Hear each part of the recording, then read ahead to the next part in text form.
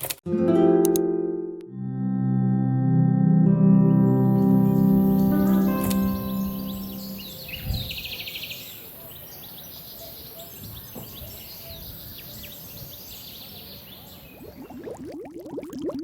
comfort of a life left behind.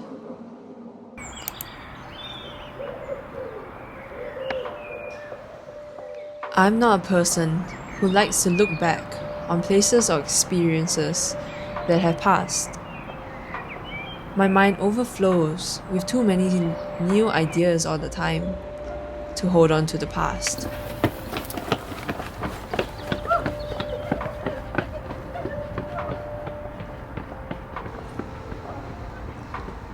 So when I left my friends and loved ones at the airport in Singapore 2 months ago, seeing how they teared and hugged me, I couldn't even seem to find the emotion of sadness or longing. There was no grief at leaving behind a life I had made in Singapore into the unknown.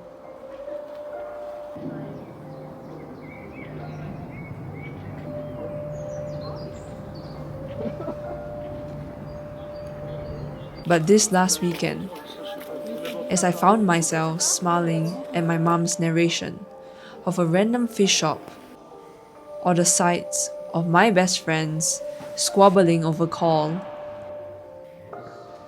I realized how much I missed comfort. The spontaneous video calls from across the world had made the burden on my shoulders feel ever so slightly lighter. I found my cheeks stretched into a constant smile that I haven't felt in a long while.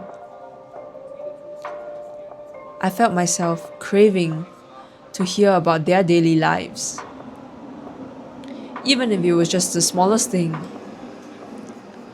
like buying new fishes or chatting with my dad about his weekend.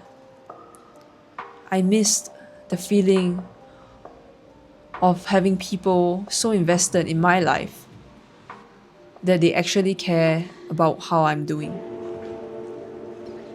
People who have been in my life so long, I know without a doubt that they love me so deeply without ever expecting anything in return. There was a familiarity that warmed my heart. Not the homesickness, but comfort in hearing the Singaporean dialect in casual conversation and seeing short glimpses of my neighborhood through the screen. In that moment, I realized how grateful I am to have such a secure support system in Singapore that I could leave without worrying about anything. I knew that my friends and family would be okay, and I could feel their love in their texts, even with the 6-hour time difference. Their prayers, their words of encouragement, and their regular check-ins. I saw this idea that the elder daughter with a strong support system isn't likely to let people in so easily because their standard of what a good relationship is already so high. And to a certain extent, I do agree with this. And this is why I have trust issues, because I give my all in my friendships, especially those that matter to me, and yet what I get back isn't even close to what I expect, or even the bare minimum of a good friend. So then, I have to reconsider the way I see people.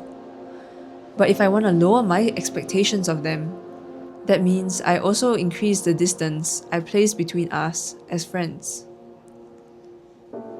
And that makes me feel like I'm hardening my heart and less likely to let people get close again. Because what I've learned over the years is that people just like to take and take, and they take what they want with no consideration of what they have to offer, until the other person, and in this case me, is left burnt out, my mind being pulled into opposite directions from all those who want a piece of me. And the selfish nature of humans really sickens me.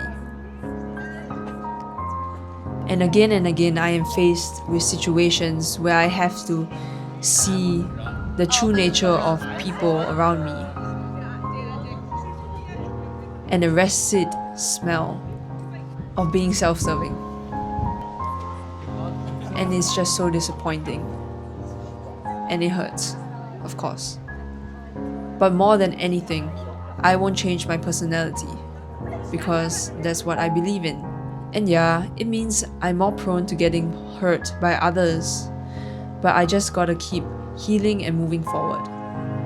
Because the life that Jesus set as an example is that of a narrow path, to love without expecting anything in return.